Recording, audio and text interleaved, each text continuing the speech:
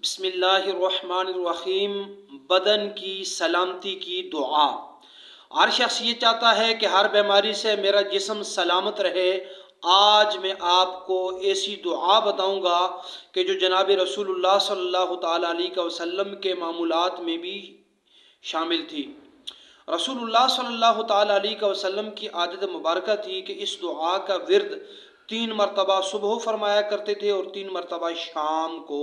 اگر آپ بھی رسول اللہ صلی اللہ تعالیٰ علیہ وسلم کے نقش قدم پر چلتے ہوئے اس دعا کو 3 مرتبہ صبح پڑھیں گے اور 3 مرتبہ شام کو پڑھیں گے، انشاءاللہ تعالیٰ آپ کا جسم ہر طرح کی بیماری سے محفوظ رہے گا۔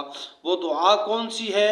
اللہم عافنی فی بدنی، اللہم عافنی فی سمعی، اللہم عافنی فی بصری، لا الہ الا انت۔